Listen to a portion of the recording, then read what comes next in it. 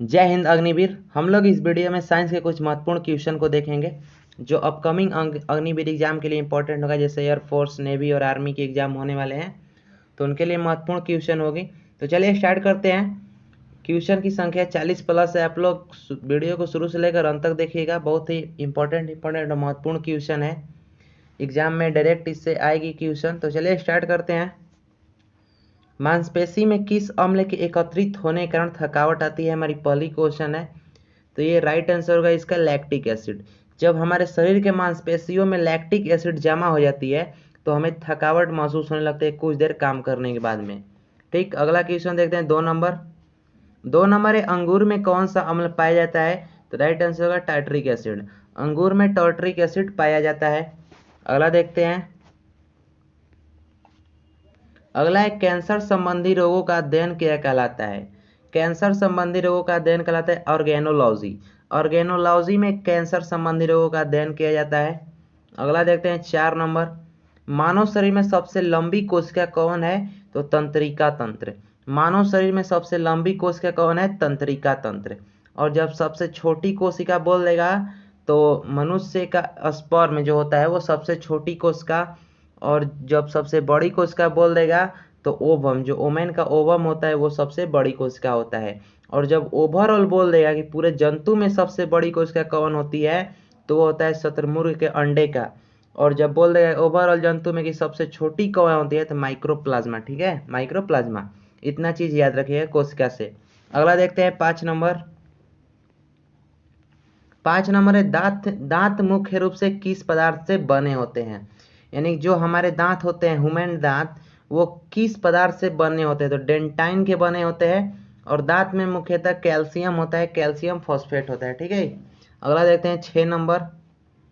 किस जंतु की आकृति पैर के चप्पल के समान होती है। जो हम चप्पल पहनते हैं उसके समान आकृति की एक जंतु होती है, तो उसी जंतु के नाम पूछ रहा है। तो उसे पैरामीशियम कहते हैं। पैरामीशियम को हरा प्रोटोजोआ के नाम से भी जाना जाता है।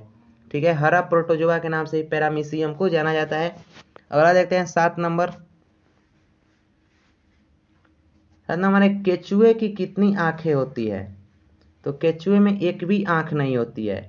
केचुआ जो ऐसे होता है, ऐसे लंबा होता है, उसमें एक भी आंख नहीं होता है। ठीक, और ये आगे किस तरफ बढ़ता है तो इनमें एक सीटी होता है, तो सीटी से ये आगे की तरफ गति करते हैं। ठीक है, अगला देखते हैं 8 नंबर।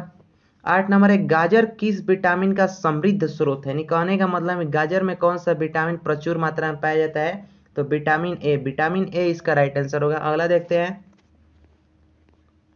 अगला है, निम्न में से किस पदार्थ में प्रोटीन नहीं पाया जाता है। ये बाई ऑप्शनल क्वेश्चन है तो ऑप्शन में शायद चावल होगा, इसलिए आंसर चावल होगा। चावल में प्रोटीन नहीं पाया जाता है और ना ही वसा पाया जाता है। चावल में पाया जाता है कार्बोहाइड्रेट। कार्बोहाइड्रेट चावल में अधिक मात्रा में पाया जाता है। और स्टार्च होता है, स्टार्च भी क्या है तो कार्बोहाइड्रेट ही है।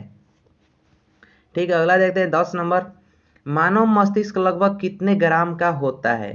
यानी जो हमारे शरीर का जो दिमाग होता है हमारे खोपड़ी में, उसका वजन पूछ रहा है। तो वो 1350 ग्राम, 1350 से 1450 ग्राम तक होता है। आप लोग इसको याद रखिएगा, जैसे वेरी करते रहता है। 1350 से 1450 तक एवरेज याद रखिएगा। ठीक, अगला देखते हैं 11 नंबर। अगला है, रक्त में पाई जाने वाली धातु कौन सी है। तो राइट आंसर होगा लोहा। Fe जो होता है वो रक्त में पाया जाता है। ठीक, अगला 12 नंबर। किण्वन का उदाहरण है, जैसे किण्वन अभिक्रिया के बारे में आप लोग सुने होंगे, तो वहीं पूछ रहा है किण्वन का उदाहरण, मतलब इस अभिक्रिया के कौन कौन से चीज बनता है या क्या क्या होता है। तो दूध का खट्टा होना भी किण्वन का प्रक्रिया है। खाने की जो ब्रेड बनती है वो भी किण्वन प्रक्रिया से बनती है। और गीले आटे का खट्टा होना, जब आटा गीला हो जाता है तो वो खट्टा हो जाता है, किस कारण, किण्वन अभिक्रिया के कारण ही। अगला देखते हैं 13 नंबर। अगला है, निम्न में से कौन सा आहार मानव शरीर में नए ऊतकों की वृद्धि के लिए पोषक तत्व प्रदान करता है। मानव शरीर में नए ऊतकों की वृद्धि के लिए पोषक तत्व प्रदान करता है कौन सा तत्व या कौन सा आहार। तो पनीर जो होता है हमारे शरीर में नए ऊतकों की वृद्धि के लिए पोषक तत्व प्राप्त करता है। अगला 14 नंबर देखते हैं। निम्न में कौन सी एक उड़ने वाली छिपकली है। तो ड्रैको छिपकली जो होती है वो उड़ने वाली छिपकली होती है, ड्रैको छिपकली। और एक होता है हीलोडर्मा छिपकली। हीलोडर्मा छिपकली विश्व की सबसे जहरीली छिपकली है हीलोडर्मा। और एक होती है मेबुइया, उसका नाम होता है मेबुइया छिपकली, वो बिल में रहने वाली छिपकली होती है, यानी कि बिल बनाती है। अगला देखते हैं 15 नंबर, घोंसला बनाने वाला एकमात्र सांप, तो वो किंग कोबरा। किंग कोबरा का नाम आप लोग सुने होंगे, घोंसला बनाने वाला सांप एकमात्र है। अगला देखते हैं 16 नंबर, भारत में पाई जाने वाली सबसे बड़ी मछली कौन सी है, तो व्हेल शार्क। व्हेल शार्क मछली जो है वो भारत में सबसे बड़ी मछली है। अगला देखते हैं 17 नंबर, दालें किसका एक अच्छा स्रोत होती है, तो प्रोटीन की। दाल में अच्छी मात्रा में प्रोटीन होती है। अगला देखते हैं 18 नंबर, 18 नंबर है देसी घी में सुगंध क्यों आती है, तो डाई एसिटिल के कारण। जो देसी घी होती है उसमें सुगंध क्यों आती है, तो डाई एसिटिल के कारण।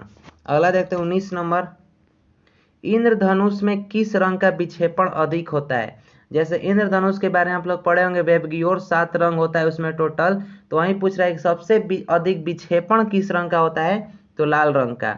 और लाल रंग का तरंगदैर्घ्य भी सबसे अधिक होता है। अगला देखते हैं 20 नंबर, टेलीविजन का आविष्कार किसने किया था, तो राइट आंसर होगा जेल बेयर्ड।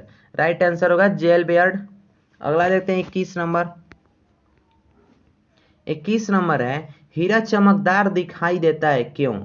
हीरा चमकदार क्यों दिखाई देता है, तो सामूहिक आंतरिक परिवर्तन।